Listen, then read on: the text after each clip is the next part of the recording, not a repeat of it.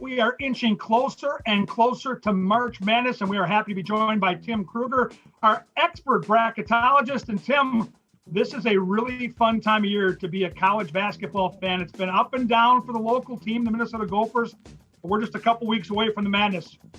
Yeah, it's been it's amazing we've gotten to this point. I think a lot of people didn't think we would, but it's moving along. Some teams are making up some games they missed, and yeah, we're starting to get forming a bracket here. We had the reveal last Saturday with the committee, so we're starting to get closer to a Selection Sunday. And here locally, it's always extra fun when the Minnesota Gophers are a part of that NCAA tournament. And what looked like a lock maybe 2 or 3 weeks ago now probably is up in the air a little bit. Minnesota appears to be one of the last teams in. And last week, they had one really big win against a ranked team at home, which has kind of been the theme. Then another difficult road loss. Where do you think the Gophers stack up right now? Well, Kevin, my bracket that'll come out later today, I've got the Gophers actually an 8 seed.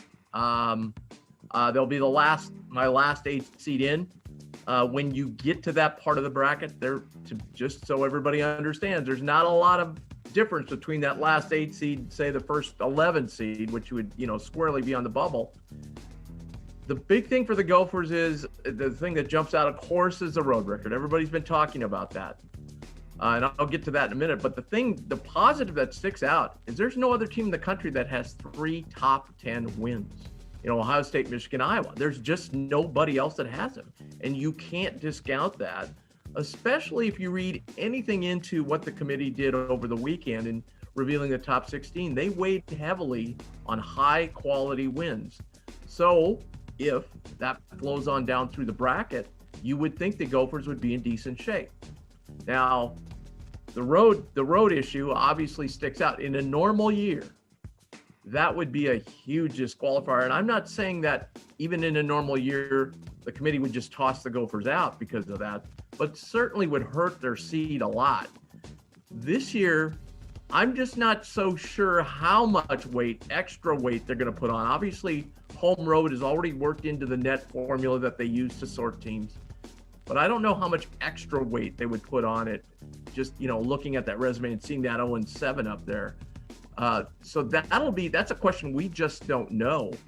I think they may not view it quite as strongly because a lot of teams have played really well on the road and not at home because obviously no fans, right?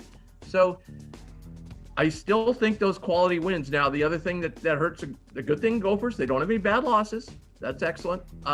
But like a lot of Big Ten teams, everything's shoved into quadrant 1 and they don't have much beyond quadrant 2. But when you look a little deeper, they've got 5 wins against the top 32 teams in the country. It's pretty strong when you compare them to, say, an Indiana, who's squarely on the bubble, or a Maryland, who's just out of the field right now.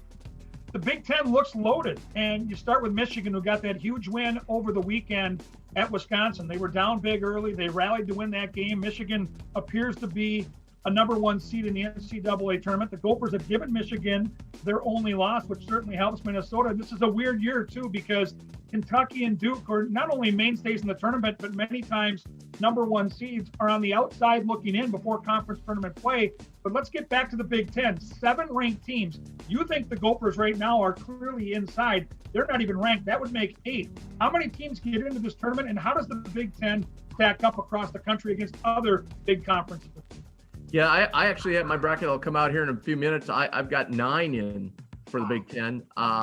Maryland's outside. They're in my second group outside.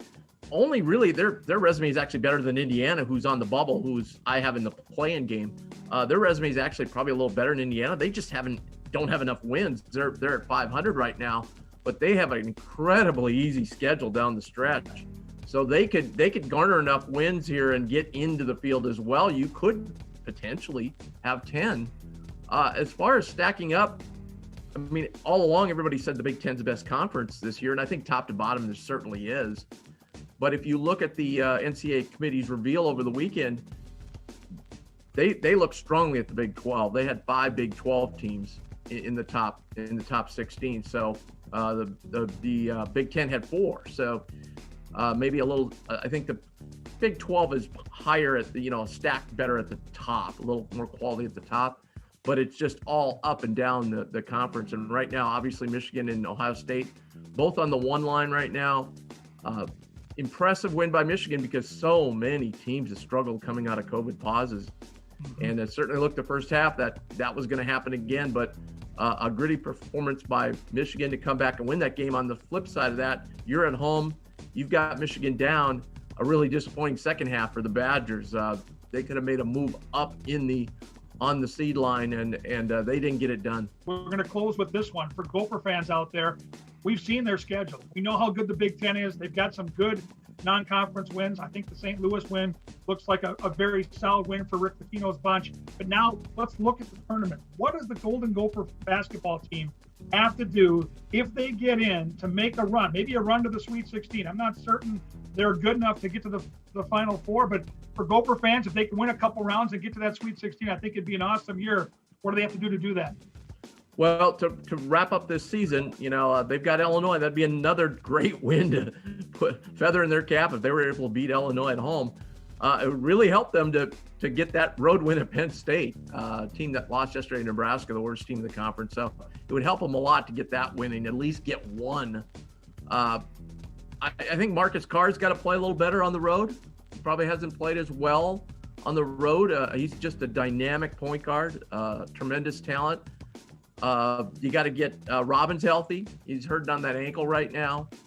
And I think the young performers have Williams and Mashburn, they've all performed pretty well, I think, considering their youth. I think, again, it just boils down. It sounds silly and it sounds simple, but it boils down to putting the ball in the basket. I mean, Kalshire hits, it can get hot from three.